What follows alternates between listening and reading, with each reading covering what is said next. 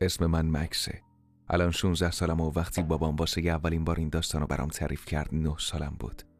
ما توی ویسکانسین زندگی میکنیم. یه تابستون خیلی گرم بود و با خانواده رفته بودیم کمپینگ. کنار بابام نشسته بودم. صورتش توی نور آتیش ترسناک شده بود. بهم گفت که وقتش امشب برات یه داستان قدیمی رو تعریف کنم که بین مردم شهرمون خیلی خیلی معروفه. سالها پیش یه زوج با ماشینشون توی شب سفر میکردن. آسمون مه گرفته بود و هوا خنک بود. زن و شوهری که اسمشون کارلا و دیان بود کل روز رانندگی کرده بودن تا برسن به خونه مادر دیان. هنوز یه چند ساعتی مونده بود تا برسن و دیان واقعا خسته بود و نیاز داشت استراحت کنه. اون به کارلا گفت حواستو بده بیرون تا اگر جایی توی راه دیدی شب و اونجا بمونیم. کارلا بالاخره از دور یه نور کمی دید. وقتی نزدیکتر شدن نور بیشتر و بیشتر شد و فهمیدن نور چراغ خیابونی بوده که به دهکده‌ای کوچیک منتهی میشد. مدتی رانندگی کردن تا اینکه بالاخره به یه ساختمان بزرگ قدیمی رسیدن. بالای درش روی تابلو نوشته شده بود مهمان خانه ماریا. به نظرم جای خوبی برای شب موندنه. کارلا جواب نداد. از لحظه‌ای که از کنار اون چراغ خیابون گذشته بودن حس بدی وجودش رو گرفته بود. ولی قبل از اینکه چیزی بگه دیان از ماشین پیاده شده بود و وارد مهمان خانه شده بود. کارلا هم ناچار دنبال دیان به داخل رفت. بوی آتیش دماغشو پر کرد اما اونجا هیچی نمیسوخت. دیان داشت با یه پیرزن صحبت میکرد. پیرزن روی صندلی راک چوبی قدیمی نشسته بود. کارلا رفت کنار همسرشو گفت هانی این کیه؟ دیان به کارلا نگاه کرد و لبخند زد. ایشون ماریا هستن، صاحب مهمون خونه. یه اتاق بهمون میدن. دیان دوباره به ماریا نگاه کرد و گفت بازم ممنون خانم. کارلا نگاهی به عکس روی دیوار انداخت. یه زن زیبا. معلوم بود جوون یا یه پیرزن است ولی سن و سال این شکلی کرده بودش و چین و چروک ها چیزی از زیباییش باقی نذاشته بود. رگ ها از دست لرزونش زده بودن بیرون. یه روسری شیک روی سرش بود و موهای سفید فرفریش از کنارش زده بود بیرون. کارلا و دیان وارد اتاقشون شدن. با اینکه هتل خیلی قدیمی بود ولی اتاقشون عالی بود. یه تخت، یه میز کوچیک، حموم و یه پنجره که رو به رودخونه پشت میهمانخانه دید داشت. کارلا و دیان تازه نشسته بودن که با صدای تق تق در از جا پریدن. به هم نگاه کردن. دیان پا شد و در رو باز کرد. اوه، سلام ماریا. انگار خیالش راحت شده بود. کارلو به حرفاشون گوش کرد. ماریا داشت میگفت امشب یه مراسم دعا توی کلیسای محلشون برگزار میشه و خوشحال میشه که کارلو و دیان هم برن اونجا.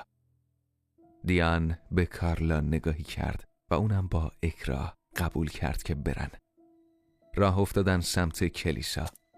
کارلا هنوز نتونسته بود از اون حس بدی که بعد از دیدن چراغ خیابون داشت رها بشه. وقتی به کلیسا رسیدن از دیدنش شگفت زده شدن. کلیسای عظیمی بود. 2 مناره بلند داشت. یه زنگوله خیلی بزرگ زیر شیشه رنگی. درهای بزرگ چوبی که به اتاقی گنبدی شکل منتهی می شد و یه استیج بزرگ و روی استیج یه زن زیبا بود که با صدای فرشته مانندی آواز می خوند. کلیسا پر از آدم بود. طبق گفته ماریا تمام مردم دهکده اومده بودن و حس بد کارلا بدتر و بدتر شد. ماریا، دیان و کارلا جلوی استیج ایستادن و به آواز خوندن زن که هر لحظه بلند و بلندتر میشد گوش میدادن. کارلا فهمید که زن داره میدرخشه و با هر شعری که میخونه درخشان تر میشه. کارلا از شدت اون نور کور کننده چشماشو بست. دیان که متوجه شده بود دست کارلا رو گرفت. هنوز داشت با اشتیاق به اون زن نگاه میکرد و این رفتارش کارلا رو عصبانی کرد. بنابراین سعی کرد با بهونه‌ای توجه دیان رو به خودش جلب کنه. فکر کنم مریض شدم. میشه برگردیم مهمون خونه؟ دیان به خودش اومد. سرش رو تکون داد و از ماریا که التماس میکرد بمونن خداحافظی کرد. صدای آواز زن بسیار بلند شد و بدنش انقدر روشن شد که کارلا حس کرد هر آن ممکنه منفجر بشه. وقتی برگشتن توی مسافرخونه، کارلا مستقیم رفت توی تخت و خوابش برد. وقتی بیدار شد، سریع فهمید که یه چیزی سر جاش نیست. اطرافش زیادی روشن بود. کارلا چشاشو باز کرد. دیان کنارش خوابیده بود. به اطرافش نگاه کرد و حس کرد قلبش اومده توی دهنش. از ترس زبونش بند اومده بود و دیانو تکون داد تا بیدار بشه. دیان بیدار شد و با صحنه شوکه کننده ای روبرو شد. جایی که فکر می‌کردن مهمون خونه باشه و توش خوابیده بودن، یه مشت چوب و صخره بود. اطرافشون رو گشتن و فهمیدن هیچ دهکده‌ای و هیچ رودخونه‌ای، هیچ کلیسایی اون اطراف نیست. فقط خرابه های یه ساختمون قدیمی اونجا بود. ماشینشون کنار یه تابلوی بزرگ پارک شده بود که تا نصف توی زمین فرو رفته بود. نوشته هاش محو شده بودن. کارلا و دیان وحشت زده دویدن سمت ورودی دهکده، یعنی جایی که چراغ خیابون قرار داشت.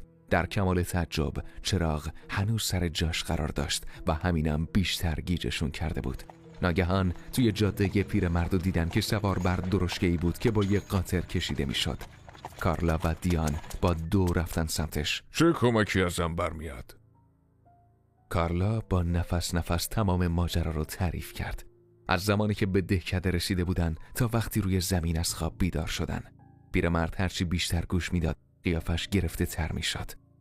کارلا با ناامیدی پرسید: دهکده کجاست؟ پیرمرد آهی کشید و گفت: راستش نمیدونم چجوری بگم دخترم. اینجا قبلا یه دهکده بود ولی الان 50 ساله که نابود شده. یه شب یه بمب مستقیم به کلیسا خورد و همه مردم دهکده رو یه جا کشت. تنها چیزی که باقی موند همین چراغ خیابون بود. کارلا و دیان با وحشت دویدن سمت ماشینشون. وقتی سوار ماشین شدن از همه طرف صدای خنده میشنیدن. بدون وقفه مستقیم رفتن خونه مادر دیان. البته که اون حرفشون رو باور نکرد. هیچ کس باور نکرد. دیگه داشتن از این وضعیت دیوونه میشدن.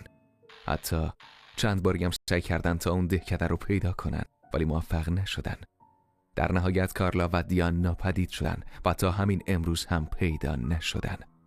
من دیگه با بابام صمیمی نیستم ولی هنوزم داستاناشو تعریف میکنم و این یکی رو از همه بیشتر دوست دارم. مراقب خودتون باشید و به حسای درونتون بیشتر توجه کنید.